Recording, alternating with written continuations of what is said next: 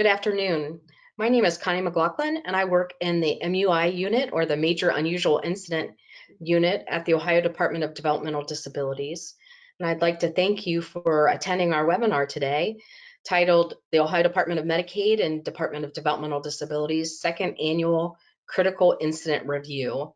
We're very excited that you're here to discuss the review process and what we learned from it.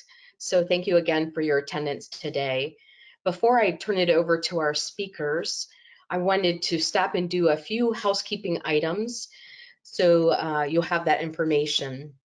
First of all, in the handout section of the GoToWebinar toolbar, you will find handouts from today's presentation. If you registered in advance, you probably received an email copy of this as well.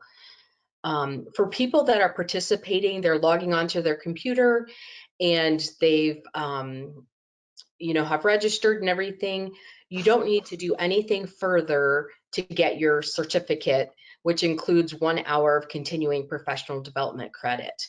However, if you are joining as a group, and we hope that you are, maybe you're watching with your team, one person is logged onto the computer, and then the rest are watching, maybe in a large conference room, then you would be required to complete one group attendance sheet, and it's the Excel spreadsheet that is also captured within your handout section there.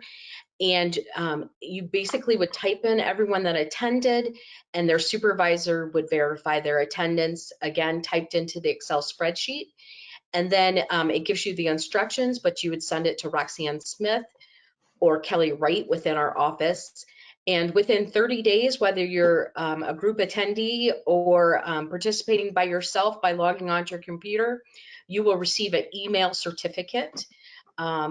And if you don't receive that after 30 days, please don't hesitate to call our office and we'll make sure that you get the certificate. Additionally, if this is your first time joining through GoToWebinar, sometimes people have issues with the audio or maybe there's some connectivity issues, and that happens. We will be monitoring our group and having people give us feedback through the process. However, if you're having a difficult time, sometimes it's easier just to log off and log back in, and sometimes that clears up the audio quality. And if you do that, you will still get credit, so don't feel that you won't. If you have any issues or concerns, you can always contact our office at 614-995-3810. Again, that's 614-995-3810. And lastly, if you have any comments or questions, please feel free to put those in the chat. We'd love to hear from you. We want to make this as interactive as possible. And our speakers today are going to take questions as they come up. And if there's any outstanding by the end of today's presentation, we will go ahead and email them to all of you. And lastly, this presentation is being recorded. So if you have a peer that really wanted to be on but had some other work engagement, we understand, and we'll make sure that we get the link to them as well through the MUI listserv. So thank you so much for joining, and I'm going to turn it over to Scott Phillips for our introductions. Thank you, Connie. And again, thanks to everybody for taking the time to join us for our second annual critical incident review kind of presentation. I want to thank both Connie and Adriana for taking part in today's presentation. I think it's really good to be able to take time and share this information with you guys. Again, as Connie mentioned, I'm Scott Phillips. I manage the MUI unit here with the department, and I think most of you on the line probably know me, or if you're real new, you'll get to know us. And again, just appreciate you guys being here and taking the time out. I know everybody's schedules are crazy. Before we actually get into the purpose and some more introductions, I wanted to just take a minute. We've got a lot of people on the call today, and I wanted to take a minute to thank you for the work that you've done over the last 2 years. I've been with the department now 31 years. I never remember any kind of past history that was like the last 2 years for any of us. And I know that you all have stepped up in amazing ways, the ways you've conducted investigations, the ways you provided support to providers, the way you provided support to your own county boards and folks that are there.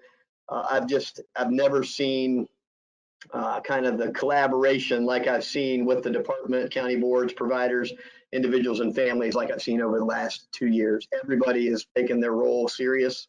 Everybody stepped up in ways that they didn't probably ever believe they would have to, tried to do their work in ways they never expected. And I just wanted to make sure that I took a few minutes to thank you individually for your work on behalf of the department, on behalf of our director, and certainly on behalf of our MUI unit and the Department of Medicaid. We appreciate you guys and the work that you do every single day. It's a tough job. It's not easy on the best day. And you throw in some staffing concerns throughout the state, and you throw in a pandemic, and we just can't thank you enough for the work that you do to protect the individuals that we support and serve here in Ohio. So I wanted to start with that because I can't tell you enough how much we appreciate you and the work that you do. So with that, we'll go ahead and get into the information today on the terms of the purpose of our webinar. We can go to the next slide there, Connie. We're going to talk about the second annual critical incident review. And we had this last time, so some of you may have been a part. The participants today, Adriana, who I'll introduce here in a minute, Connie and myself. And we're going to just walk through kind of how we set this up. We're going to talk a little bit about the process itself. Adriana is going to help us understand kind of what they did, how they looked at the information, how they gathered facts and data to come to conclusions. And then we're going to wrap it up by just talking about what we hope for the future and how we hope to continue to improve our system. I know you guys know this and you hear it from us all the time, but our system is as good as the people we've got out there doing the job and as the support that we can give. And we're going to continue to try, through ODM's review, through CMS reviews, through our own review of our system to try to improve whenever we can. And that's going to be a lot of the discussion today is kind of this process, how it rolled out, where we ended up landing, where we did. And we're going to talk a lot about some data, the data results of the actual review, how we utilize data within the system to improve quality and improve outcomes for all people. And I don't have to go into too much detail on the waiver side with you guys because you all have such a good understanding, but the individual options waiver, the level 1 waiver, and our self waiver as well. Next slide there, Connie.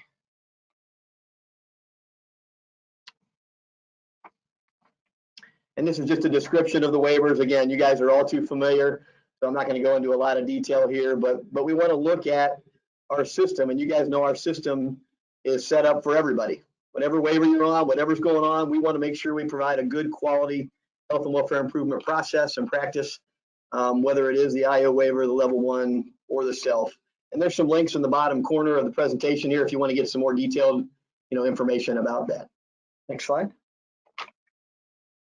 So we're really taking a look primarily for the review, and again, Adriana will go into some more detail about this, but at our Category A cases. Those are the ones that CMS really has strong concerns about, and obviously we care a great deal about these Category A. They're our most involved cases, but that's the cases that were a part of the review and the cases that were taken in through ODM by the reviewers to come up with the outcomes that Adriana is going to share with us here in a little bit. Next slide. And an important piece of this, and you guys will remember this, it hasn't been that long ago that we had CMS proper in our state, taking a look at our system top to bottom, and ODM was an active participant with us in that review, and that was a really, really good review. Many of you will remember that we were the first state to receive the CMS review as it related to follow up on critical incident reporting. So we were kind of the guinea pig, which was good and bad. We were a nervous wreck about it, but at the same time, through the work that you guys have done, through the solid follow-up that's happened throughout the state, we've been able to get a good solid outcome and review through that CMS review. But with that said, there's ongoing work that CMS is requesting of all states, and certainly this review that ODM is doing helps us to get at 2 key sub-assurances, and we've got them listed here. The ones that really talk about, do you have a system in place to take a look at preventing instances of abuse and neglect? Do we have a way to demonstrate that? And then also, do we have a really good critical incident reporting system? And this review helps us in both regards because they're taking a look at these incidents through our system, and they're also talking about outcomes related to investigations. And you're going to see the detail that they've gotten to within the review of the sample MUIs that they looked at throughout. But it's just really a good way for us to show solid work on the two really critical sub-assurances that CMS asks each state to deal with. Next slide. And this is just kind of the next few slides are actually kind of ways that we kind of show how our system works. And you guys know this through incident management and the work that you do, but in order to assure the health and safety of individuals, there's several things that have to happen. We've got to be able to get good data, and you guys do a tremendous job all the time through your investigations, through entering information in the ITS system, of allowing us to get good quality statewide data so that we continue to move forward and improve systemically.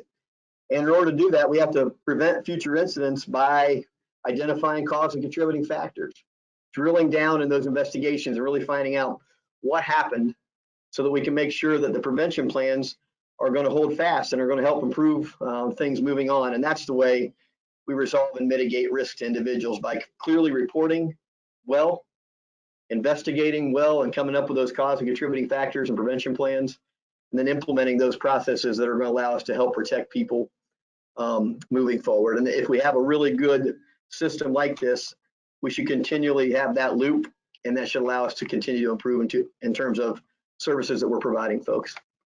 Next slide there.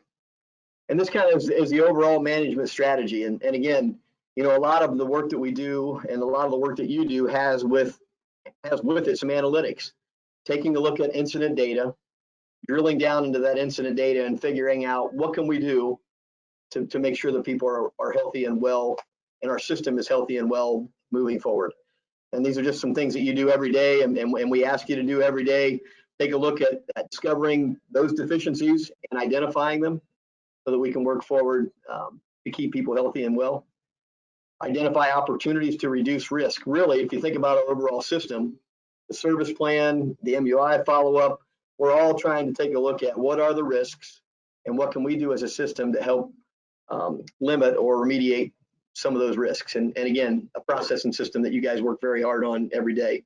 We also want to identify those strategies that are going to protect individuals from future harm. That's the whole prevention planning process. That's the drill down and ask why multiple times to try to figure out what's the true root cause. You know, we've talked a lot about root cause analysis within our system, and you guys have done such a tremendous job. And I think that's something that's going to be shared when Adriana gets into the actual outcomes of drilling to figure out what's that root cause. Let's just don't take care of the window dressing and think it's going to get better. Let's drill down into what really caused this thing to happen and figure out ways that we can improve, ways that we can get better, ways that we're going to make lives healthy and safe for the individuals and families that we support.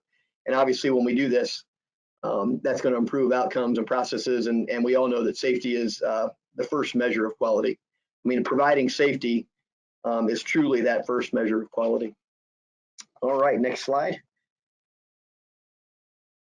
And again, this is, again, another kind of visual of our process and system, one that you guys are aware of, and one that I know ODM is very clear and very familiar with, and is actually working, I know, with all waivers across the state to try to really do this quality improvement process, no matter who it is that we're serving and supporting, because it makes sense.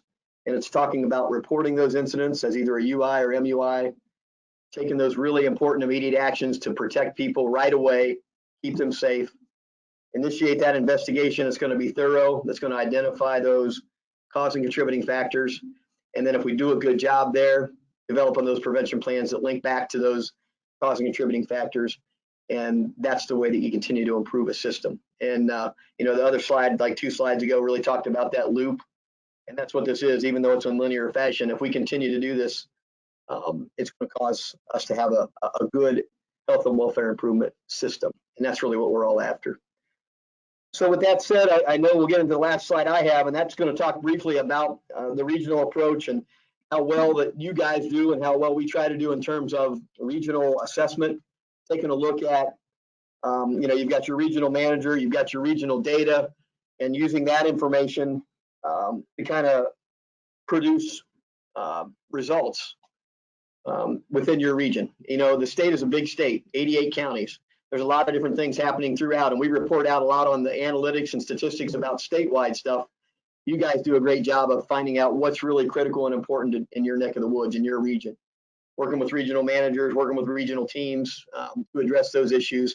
And as a result, you know, we get the big picture of what's happening statewide, but you guys take care of specifying what's going on in your local region to make sure we're addressing those individual needs. And sometimes those are different.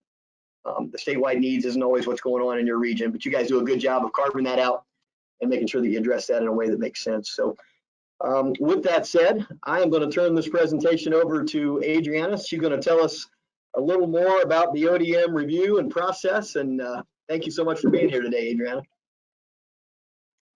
Thank you, Scott. And hello, everyone. Thanks to all of you. I am happy, humbled, and privileged to be here to meet with all of you. Kudos to all of you. It's amazing, wonderful, difficult work that you do. I could not do it, but I'm glad to be a part of the process. The way we approach this was this presentation is to share with you your strengths, things that you are doing really well, and then some opportunities for improvement. And when we think about opportunities for improvement, we're not talking about you didn't miss the mark, you did something wrong. It's you are really good. You are darn good, but there's some opportunities to get even better. So it's like this continual journey of excellence, of providing the best possible care you can provide for the individuals you serve. Thanks, Connie. And, you know, things constantly change. And I know those of you who are out in the field, as soon as you get something down pat and you got it and it works, something's going to happen that's going to throw a monkey wrench into it. And you have to revise your process because people are different. You can't control what people are going to do. Circumstances change, the environment change, and then COVID happens. So you're always having to kind of look and refine and improve and fine tune. And through it all, I think another amazing thing that happened this last year is, and this is kudos to the Department of Developmental Disabilities and Connie and Scott's leadership, that there were so many crises, so many emergencies happening everywhere, and yet they still focused on this quality process. And they said, you know what, we still want to continue this. We want to review these cases. We want to identify what we're doing well, and we want to identify opportunities for improvement. So it's really a proactive quality process, and I'm so glad to be part of this. So our team at the Department of Medicaid, we have a team of wonderful reviewers. They have years and years of experience. Many of them actually provided direct care to DD individuals. They've worked in hospitals, they've worked in group homes, they've worked out in the field, and they reviewed cases. They went into ITS, they reviewed cases, they reviewed physical abuse. You see the list there. They reviewed all those cases. One thing we did this year that was a little different because we had our own improvement cycle, even at the state level, we're constantly looking at what we're doing and how to get better, is the first time we did this, we did 100% of 1 quarter's cases. This time we did a sample, a 95.5 of a whole year's worth of MUIs. And I think that's a better way of doing things. So we reviewed over 400 cases. They did the reviews between September and October of last year, and then we learned and improved from what we did last year. Go ahead, next slide. So this is the second time we've done this, and what is the same is that we have the same goal and purpose. It's all about health and safety of our individuals. Same basic questions, same incident types, same ITS, same rules, same waivers, same tool. The same staff that did this review last year also did the review this year. We did, however, improve things. We're always looking at things of how to get better. So we improved some of the check boxes. One thing that I'm really pleased with is we are evaluating prevention plans in a standardized, aligned way across all waivers. So whether it's working with our Ohio Department of Aging waivers, that's passport and assisted living, or our state Medicaid waivers, Ohio Home Care, MyCare, or SRS, or your waivers, your IO, self, and options, no matter which waiver we're looking at, we're using the same criteria. We did a sample, as I mentioned, of 100%. We did a sample this year instead of 100% of 1 quarter. We had a process where we had an inter-rater reliability process where one person double-checked everyone's work to make sure that we were all aligned. And we definitely understood that COVID played a major role in everyone's work. It impacted you, it impacted the people you serve, it impacted the families, it impacted the healthcare system. So we definitely understood that that would have an impact on what we were reviewing. Go ahead, next slide. So our review process consisted of 4 major components. We looked at some of the basic demographics. We looked at what was done immediately for health, safety, welfare, and were those actions done appropriately? And is there any opportunities to get even better? We looked at the investigations, and then we looked at prevention plans. Go ahead. Go ahead. So looking at these incidents, the majority of these incidents, probably not a surprise, it really happens in the residence of the individual. That's the vast majority. Then many others happen out in the community. And then you see there's a little sliver of, like, it's a transportation, like a bus or a van or school or employment or that sort of thing. But the majority of these incidents that we were reviewing happened in the home, in the individual's residence. Go ahead. We looked at here a number of different incidents. We did a sample, but as it turns out, most of them were physical abuse, verbal, emotional, or neglect. Those were our 3 top types of incidents. And then you see here the few more of the other types of incidents. Go ahead. This is always kind of interesting to me that the majority, 93% of all of the incidents we reviewed, really involved only one individual. There were some incidents that had multiple people involved, whether it was a congregate setting or a group home or shared living, and 2 or 3 or 4 or more sometimes were involved in the incident, but the majority just involved one individual. Go ahead. Next. So looking at what was done, what kind of actions were taken immediately. And we said immediately within a few hours, but definitely within that same day. And we wanted to know what kind of actions are happening out there. And the top 3 you see there, the police were called, the primary person was involved or put on leave, or the individual was taken to the emergency room, urgent care, that sort of thing. And you see the whole list there. Those were the top 3 for immediate health, safety, welfare. Next. We wanted to know, so who are these people? Who are the folks out there on the front line who are taking actions to assure immediate health and safety? And the vast majority, 50, almost 50%, is the service provider. Then the next one was, there really wasn't an action that needed to take place because sometimes it would kind of resolve itself, or it just didn't need immediate health, safety, welfare actions. But you see there, then you also have the county board workers or family, or in some cases, the individual themselves took those actions to assure their own health and safety. Next. We looked at all those incidents and we said, do we think everything was done that could have been done?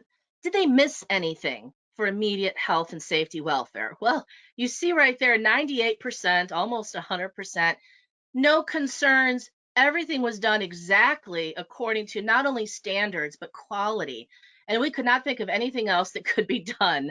There were a couple cases that we thought, they did pretty good, but either it was a documentation issue or they didn't do it. We only know what's documented in ITS. So maybe these things were done, but it were just not documented. But we thought there was just a couple cases where medical attention did not appear to be done timely, whether it was first aid or calling EMS.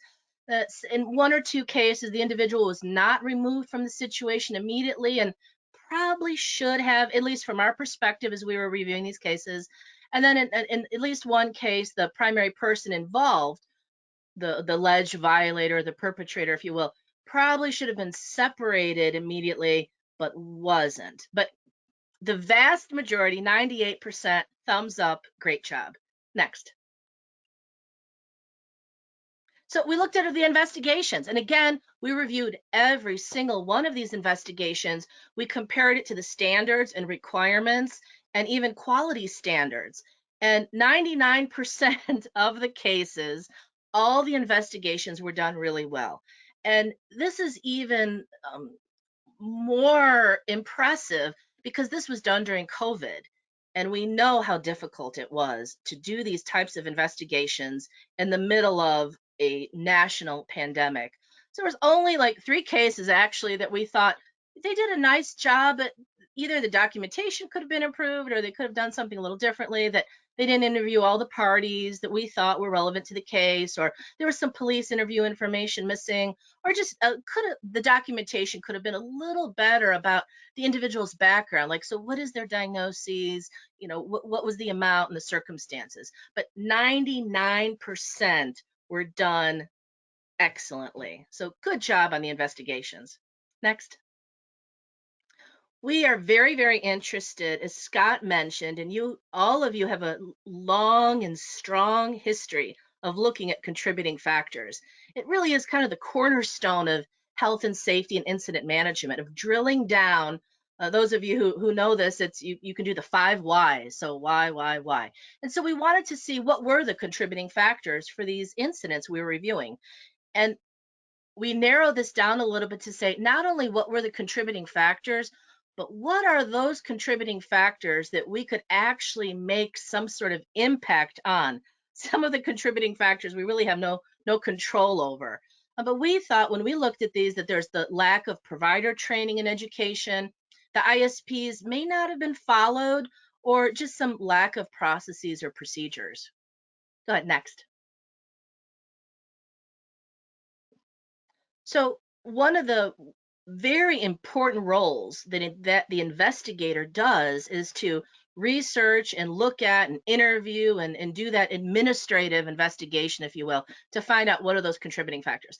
87% of all the investigations we reviewed really were extremely high quality, that really drilled down to several layers, almost the 4 or 5 whys, that drilling down, why is this happening? Why is this happening? Why is that happening?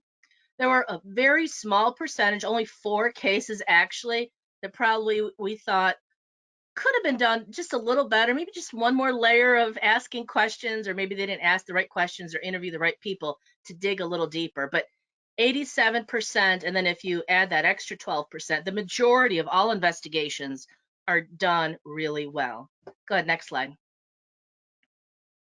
So let's look at quality prevention plans. So we wanted to know what kind of strategies and prevention plans are out there for these different types of incidents. And we reviewed all of those, and we noticed that the majority is provider education, then individual education. It was very nice to see that several prevention plan strategies included changes in procedures and processes.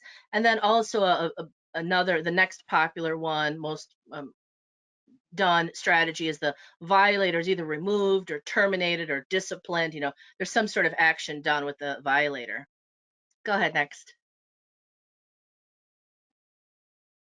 We looked at, and this is another great thing about the DODD system, is you don't close a case until the prevention plan strategy is verified, which is very nice. So we looked at that and looked at the documentation, and the vast majority, 82% of all the cases we saw that were closed, those cases did have verified prevention plan strategies. There was a handful of cases that did not clearly describe, and it might have been the documentation or the way, could have been our what we were looking at. So there might be a little bit of opportunity there to keep building because so many cases you document that so well. But just a handful that probably could have been documented a little better. Go ahead, next. So this is like kind of exciting that we are looking at these prevention plan quality criteria across the board for all waivers in Ohio. So whether you're in the Department of Aging system, the Medicaid system, or the DODD system, this is the way we're looking at prevention plans. And so there are these 5 criteria, and you can even use these to kind of think about, are you doing this? What additional help do you need? How hard are these things to do? So, number 1 is adequate support. When we look at the prevention plan strategy, are there enough assistance and supports for the individual or the family? This might include updating some services in the ISP, or referrals for services or counseling or education. Are we providing them the help they need? Potentially effective. This is, if we do this strategy that we said we were going to do, will it actually help and prevent another similar incident from happening? Person-centered. This so important, and all of you do such a nice job with this, is, are these strategies trauma informed? Do they reflect the individual, what they want, what they're interested, what their cultural considerations are, their abilities? And are you doing this in conjunction with them, as applicable, as appropriate, of course, to their capacity and ability, but really to involving them, working with them on this prevention plan? Realistic, that I know we all have high goals and we want the best for our individuals, but sometimes some of the plans we put in place just are not realistic for the individual or the family or the providers or for you. So we're looking at these to say, are these really realistic? And then what we've talked about so much is addressing the root causes. Is the prevention plan tying back to why did this incident happen?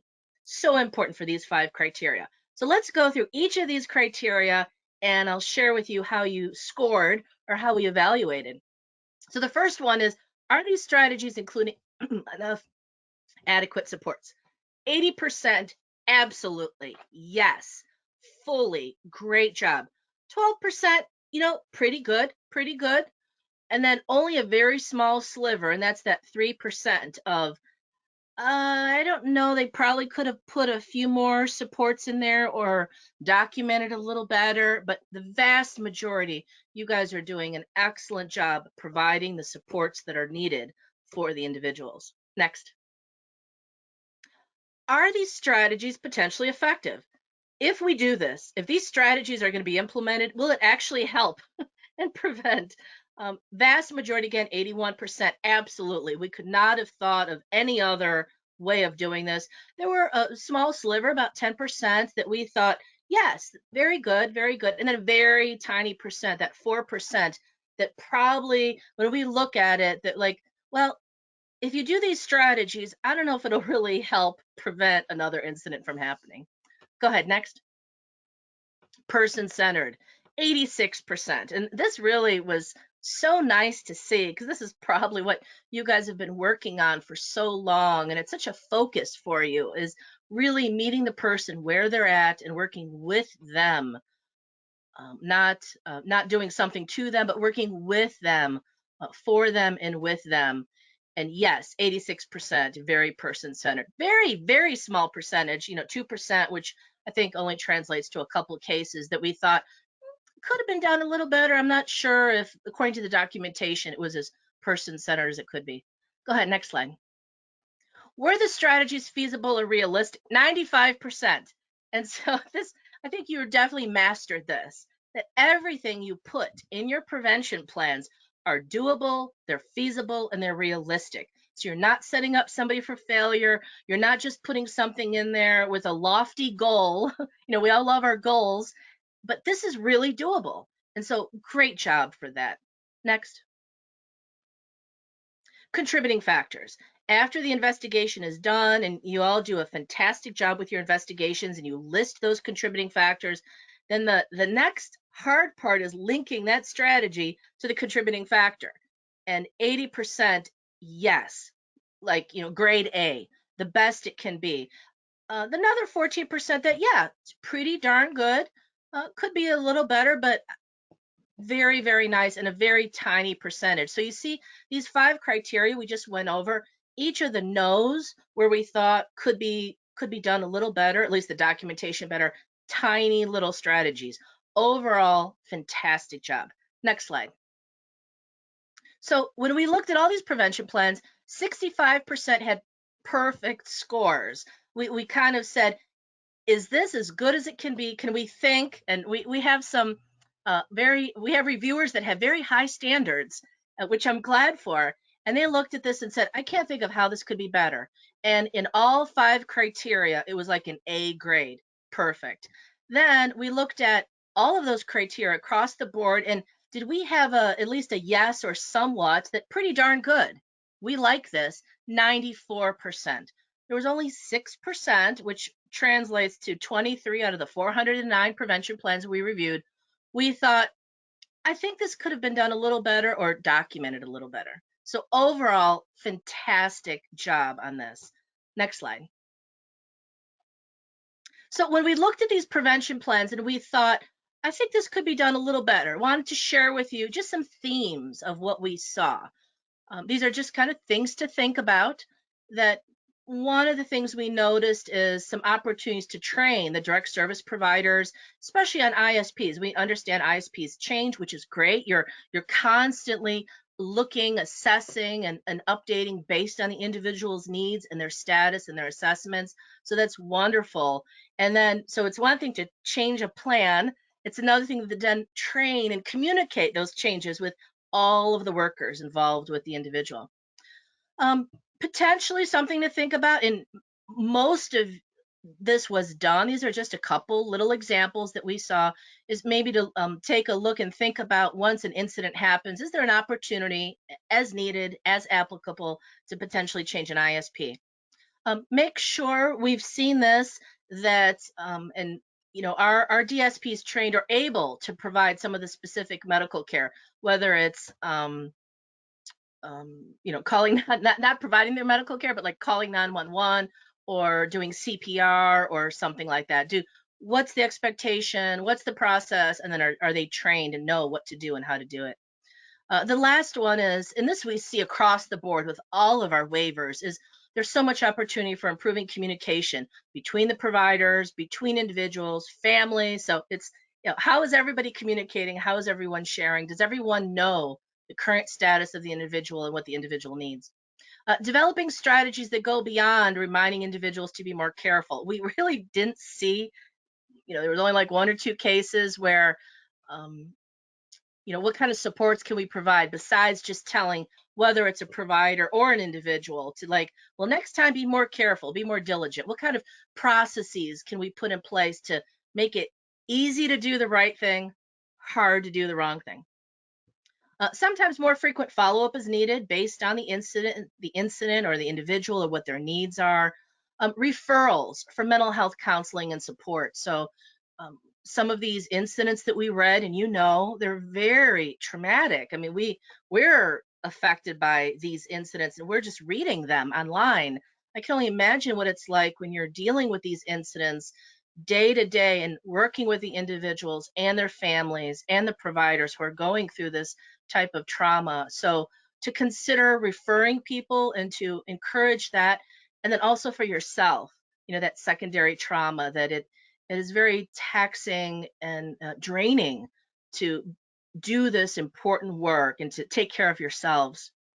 And then behavior modifications or stress management, that in some cases, and it's really hard nowadays. It was always difficult, but being a caregiver or a natural support for an individual with developmental disabilities was always hard. It was always difficult. And these are the real special people who do this. And COVID just made it even more difficult with the social isolation, the lack of providers, the healthcare system not able to get services that people need. That just created a real toll on people. So to try to help people as much as possible and to support each other in that. Next. All right, summary and key findings. So there were so many wonderful examples that we read. I just wanted to pull out a couple, and this is direct quotes from the reviewers as they were reviewing these cases. This case was done very well, involving a pattern of incidents causing the ISP to be revised because of choking. So this was just really well done. Whoever was handling this case, did a really nice job of really following this case. Another example, prevention plan was well written and involved a team of people to assist the individual on preventing this situation to occur in the future. Love that team approach. Nothing should be done in isolation. You have a team of people, you have supports out there for you. Work with your colleagues, work with the state staff, work with other people in the county. And this, we saw that over and over again in your incidents. Next one was individual has quite a few MUIs, made some false allegations. The investigator and reporter did a great job, including all the information, and made sure the incident was investigated to assure the individual's safety. We understand that during an investigation, it is really hard to get to the bottom of it, that people are poor historians, they won't remember. Maybe there's a history of them not exactly telling things the way they really happened. But every case we saw was really handled professionally, appropriately, and not taking anything for granted. And the last one here, another diet and choking, that the prevention plan involved additional evaluation by the physician and adjustments to equipment to assist the individual in sitting properly during meals. It was also a very clear outline and training plan for the direct service provider. So just like that kind of encapsulated all the things that you sometimes have to do with an incident. And we loved reaching out with a physician and the plan and training and the physical equipment that really makes it, that phrase, make it easier to do the right thing, hard to do the wrong thing. But how can we utilize technology and equipment to really support us and help us in our work? So nice job. Thank you. Next slide. So some other kind of opportunities. Go back, Connie, sorry. Some other opportunities, share information, misappropriation. There's a lot of misappropriation out there. Just continue to share what works and what doesn't work with your colleagues. Continue to refine and identify additional opportunities on like dietary needs or medical conditions. Continue to do a good job on documenting things clearly and concisely in the ITS system. We know there's a provider shortage out there. How do we identify best practices and share ideas with each other on how to really address the appropriate supervision levels? Standardized processes. It's so important to have, if one person figures out something that works really well, let's share that and have kind of standardized or systematic approaches. And especially with shift changes and different people, how do we just continually do that? And then and you do this very, very well. It's just kind of a reminder that individuals with repeated incidents to focus on those and learn from repeated incidents. Go ahead, next. Overall strengths, and there are so many strengths that we saw with this review. First of all, there were no unmet needs. So we reviewed over 400 cases, and there was nothing that we identified that needed more follow-up, or we had no questions about any case. So there were no worries at all. Actions done for immediate health and safety were done really well. Investigations, very thorough and well done in the environment of COVID, which is an extra, pat on everyone's back. Prevention plans have gotten even better since the last time we did this review. And there is such a strong focus on person-centered planning, really putting the person in the center of it all and working with them to develop that prevention plan.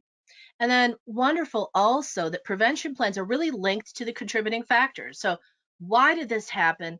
What can we do to impact so it doesn't happen again? Fantastic strengths. Next.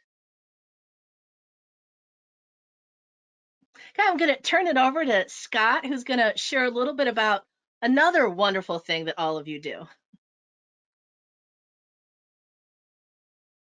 Thanks, Adriana. Appreciate it. And I guess, and kind of in wrapping up the information that you shared, I mean, 400 cases reviewed by people that got a good history and a long history of really understanding systems and looking at that. I mean, stands out to me as an incredible feat for our system and for the folks out there. So those of you online, I want to make sure you know how important and how proud we are of the results of this review, because we've been building this system for a long time. Many of you have been part of the system for a long time. Some of you brand new, but it's a system with a lot of history and a lot of background. And I think in talking about some of the strengths here as we look forward, quality improvement is what this is all about. I know that it's called an MUI system, it's called a critical incident report system, but we all know if we all do our job well, it's a quality health and welfare improvement process. And we take it seriously. When tough things happen to people, we report them, we look into them, and we do our level best to try to make sure that those things aren't going to continue to happen to the folks that we support. So there's a lot of, when you see our strengths, a lot of it goes back to really developing and operating a quality health and welfare improvement process. And how do we support individuals and families? That's really it too, right? How do we give individuals and families the tools and resources that they need to live the best lives they can live in a way that makes sense, given the system that has a lot of checks and balances like ours does have. Thorough investigations, you heard Adriana talk about the percentage of thorough investigations.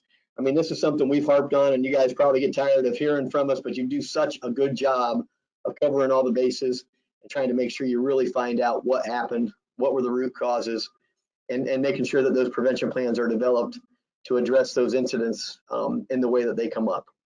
And I can just say that's our ongoing priorities, and you know this, we're going to continue to try to find ways to do our business and to do it well, even in the midst of a pandemic, even in the midst of staffing shortages, and that is a system approach. You know, the department can't do it, you as a county board can't do it, providers individually can't do it. That's got to be a system approach that we have to work together. And although the pandemic is wrapping up and hopefully winding down, I'm keeping my fingers crossed, the staffing situation is not going away anytime soon. That's something we're going to continue to deal with. You guys are going to continue to deal with, and we're going to have to work with key stakeholders within our system, you know, to try to get and understand how we can still provide good quality services, protect people's health and welfare at a time when we just don't have the staffing support that we always have had in the past. And that's a challenge, and that's an ongoing challenge that we're all going to have to face and continue to look at. We got to continue to share best practices. Adriana did a great job today of sharing what her group found as some really good outcomes from our system.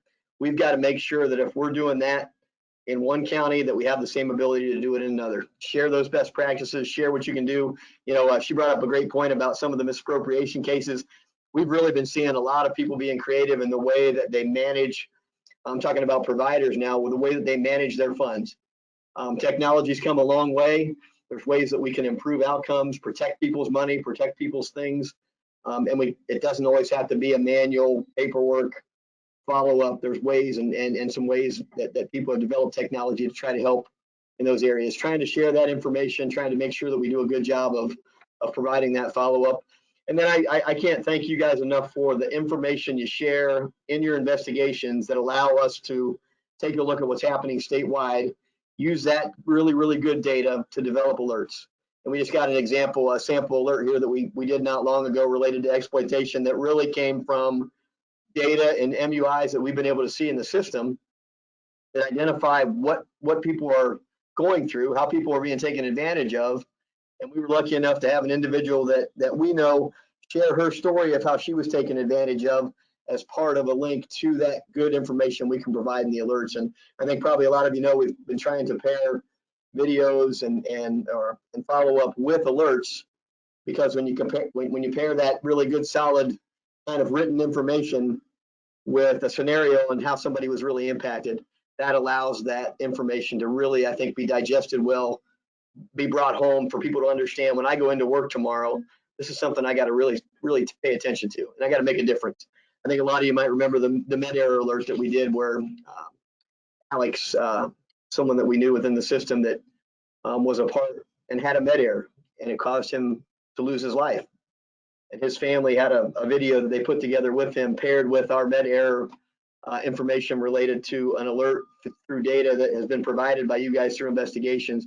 And that's a powerful message. You know, that's a very powerful message for somebody that's doing this job every day to really understand how important everything I do as a direct support professional, as a provider, as a county board, as a department personnel makes a difference to folks that we support. So I guess just in wrapping up for me, I mean, what a tremendous review, really, really good positive outcomes and results, areas that we can improve. And I think if you guys probably all listen and think about your work and the work that you do, the areas that have been identified for improvement here probably are some of the toughest. You know, you get to the end of that investigation and you're really trying to come up with, how can I help Scott to be healthier and well and safe? And Scott's a bit of a challenge, and people have tried to do a lot of things. How easy is it going to be to do that? And it's not easy. It's not easy, but what we're asking, and what I think Medicaid has called out for us, is to be as creative as you can be, to utilize the team process, to utilize those risk assessments and those service plans, and to try to do everything that we can do to avert that risk and protect that person. And that's really what this system is all about. You know, I think it's what CMS expects, and I think you guys have done a really, really nice job embracing, first and foremost, the protection of individuals and families across the state, but also in improving upon the system that we have. And if we aren't continually trying to improve, you know, we're not doing right by the folks that we support. So, you know, these kind of reviews through ODM, the reviews that we do, that when we go out through either accreditation or technical assistance.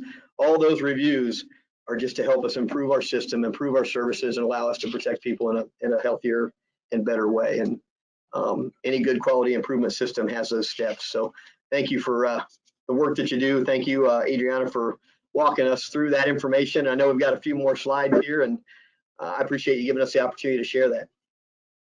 Yeah, thank you, Scott. And that video that you're talking about with the medication error, I remember one of my first meetings working with DODD, they shared that video. They showed it at a meeting, and I cried. And it was so touching and so moving. And this is what all of you deal with on a regular basis, that providing the best possible care. So again, I want to say thank you, and we so much appreciate the work you do. And please continue to do a great job, continue to support each other, and let us know how we can help. So when I think back on all the work that you've done, and what are the keys to success, is sharing common goals. It's so hard to get lost in the crises and the day-to-day strain. And it's really about, we're working together to provide the best possible care for our individuals. We collaborate and support each other. It's a wonderful, another great thing about all of you out there is you are so team oriented. There's such camaraderie, there's such support, there's such willingness to help each other, and continue to do that. Another great thing that's a key to your success is focusing on quality. None of you is, well, that's good enough, we're going to stop now. You're always trying to get better, and you're always trying to do the best you can for individuals and learn and grow and improve. That's so wonderful in this work. And then focusing on the individual. It's all about the person that we're working with. How can we help them be successful? So thank you so much. I can't say thank you enough. It was a pleasure to do this review, and it was a pleasure to continue to learn and grow with you. Are there any questions out there or comments from anybody? Right now, we don't have any questions, but I did want to just add one quick follow-up. Thank you both for sharing all that information. It was very helpful. I know that some of the counties have asked previously if there have been any patterns or trends identified through the course of these reviews, either a certain investigator or a certain region or a county.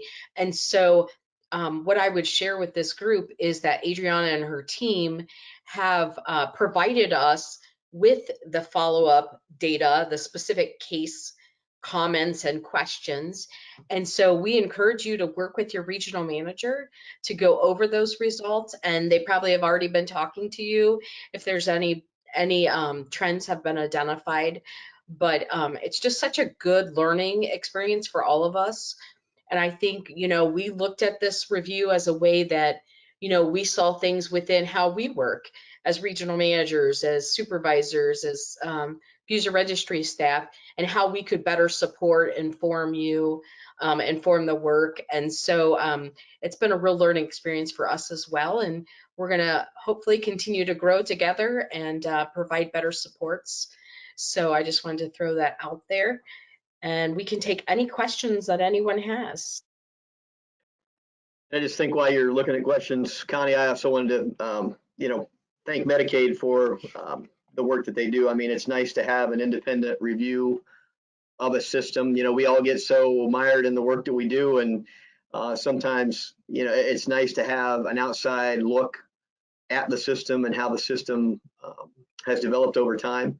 And it's nice that, as you guys do these reviews annually, that we get a chance to see the areas that are brought up for concerns, and as well as those that continually to get reinforced in terms of positives. And so, at the end of the day, we appreciate the time that you guys are able to spend to share with us this information and to help us continue to improve, outcomes within our system.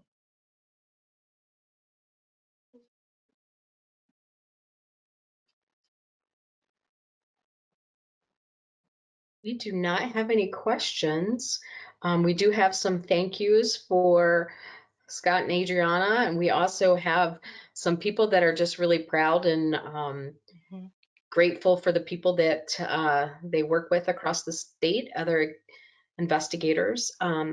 We do have one question that just came in. It said, what is the status on the update to the ITS program? Oh, we we switched subject matters, but we're happy to field that one. I don't know, Scott, do you want to take that one? I will do my best. I will tell you that there is some really, really good work going on. And I know I've shared with maybe several of you that were in other trainings that the new ITS system is being built on the Salesforce platform.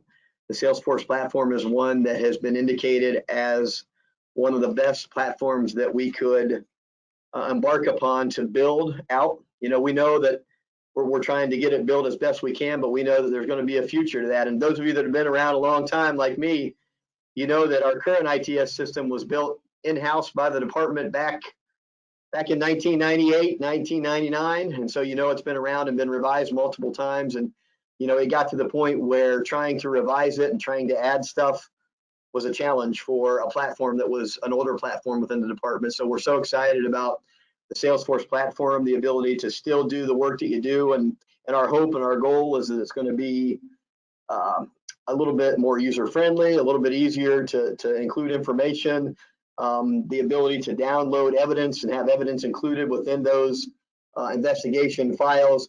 And many of these things, some of you on the call may have been a part of. We've been capturing information from you guys over the last couple of years on how can we make ITS better when we have the opportunity to be able to do that. So currently we are utilizing an outside vendor. There's a lot of progress made, but we aren't even fully to the testing, through the testing environment yet, but we are excited about what we're seeing, and we're trying to make sure that what we come up with and have developed at the end of the day is going to be something that's going to continue to help you do your work, make it maybe easier for you to do your work, more manageable to follow up.